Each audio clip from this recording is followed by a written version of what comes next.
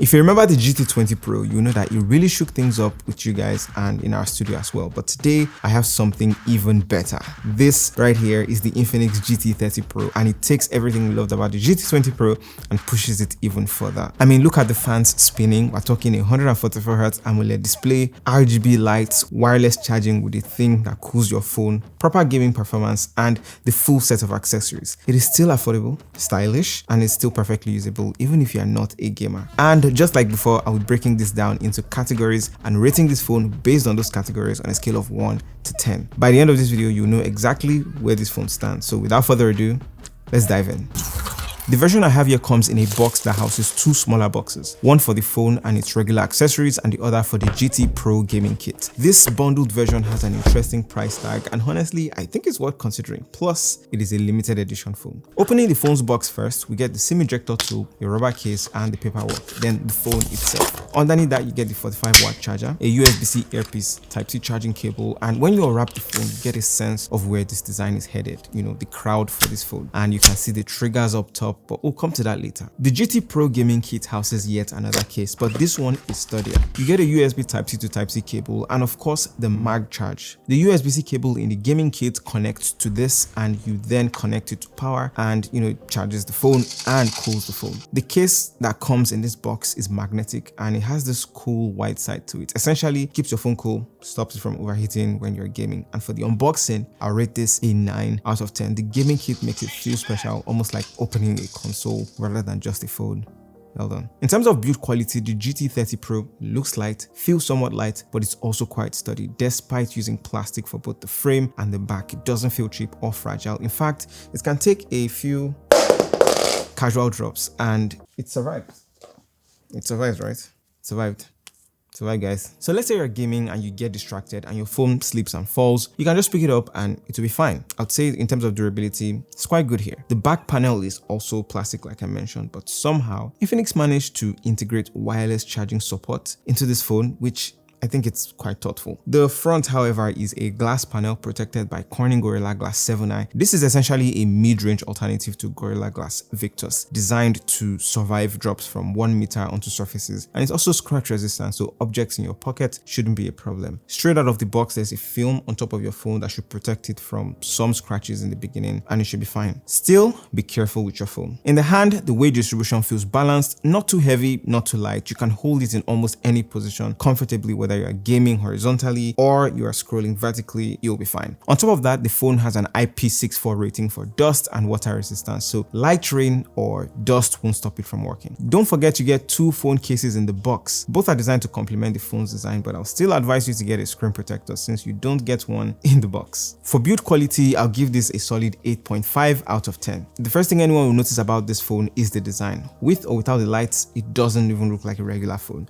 It's definitely a gaming phone, like it looks like a gaming phone. At the front, on top, you get the earpiece and the punch hole selfie camera cutout. The left side is bare while the right side is packed with most of the buttons. That makes sense because having everything on one side makes gaming even more convenient. You get these GT game triggers at the ends of this, right side with the volume buttons in there, and there's a power button with a red accent. Looks very interesting. At the top, you get the IR blaster, a mic, and a speaker cutout for the stereo speakers. At the bottom, you get the dual SIM card tray, a mic, the charging port, and the speaker grill. Now the back is where Infinix got really creative. The design makes the phone stand out with its sharp lines, textured accents, and of course the RGB lights. The lights themselves aren't just for show. They sync with notifications, charging, gaming, and even music playback. Plus, you can customize the patterns to your preference. By the way, when you're recording a video, you can see the lights at the back of the phone just show red like this, and I think it's really cool. Let me know what you guys think in the comments. The camera bump sits at the top left corner of the phone, housing two cameras and an LED light in between. The GT30 Pro comes in these different colors, but the one I have here is the dark flare. For design, I'll give this an 8 over 10. Let's talk display. The GT30 Pro has a 6.78-inch AMOLED display, 1.5K resolution, and a pretty smooth 144Hz refresh rate. The colors are vibrant, the brightness levels are impressive. Under normal conditions, you get around 700 nits of typical brightness, which is more than enough for indoor use. And under direct sunlight or in bright indoor conditions, it can reach up to 1600 nits for better outdoor visibility. And when you're watching HDR content, the panel can peak at 4500 nits. For gamers, that 144Hz 2 GHz refresh rate is the real win. Animation, scrolling, and gameplay will feel really smooth here. And because it's an AMOLED panel, you get features like always on display, better energy efficiency, and the colors are good.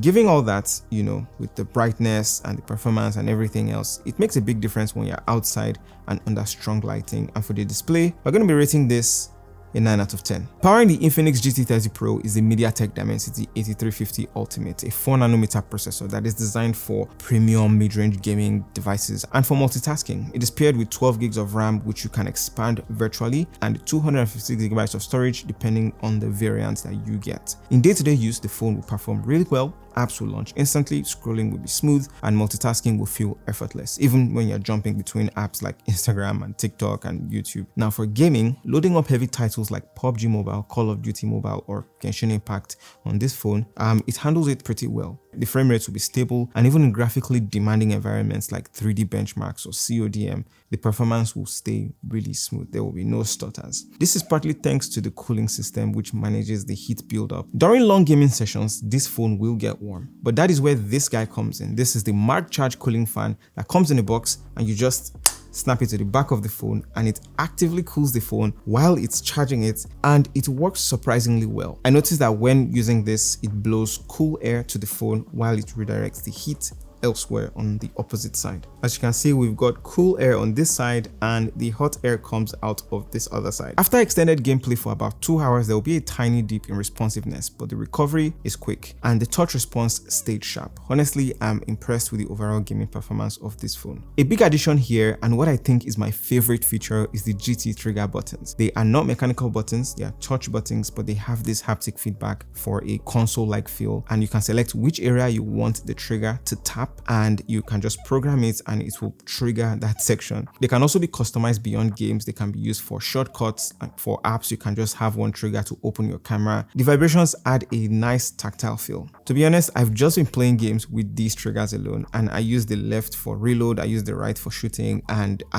this is the only way I want to play Call of Duty now. The RGB lights also sync with gameplay, notifications, or music, and you can customize them how you want. For performance and gaming, I'd say I did enjoy this, especially for gaming, because of that trigger and gaming overall, the gaming experience. So for that, this gets a 9 out of 10. The GT30 Pro comes with dual stereo speakers tuned with JBL and high-res audio support. The sound is loud, it's clear, it's immersive for both gaming and music, and even at max volume, there's no distortion. Reloading, cover me!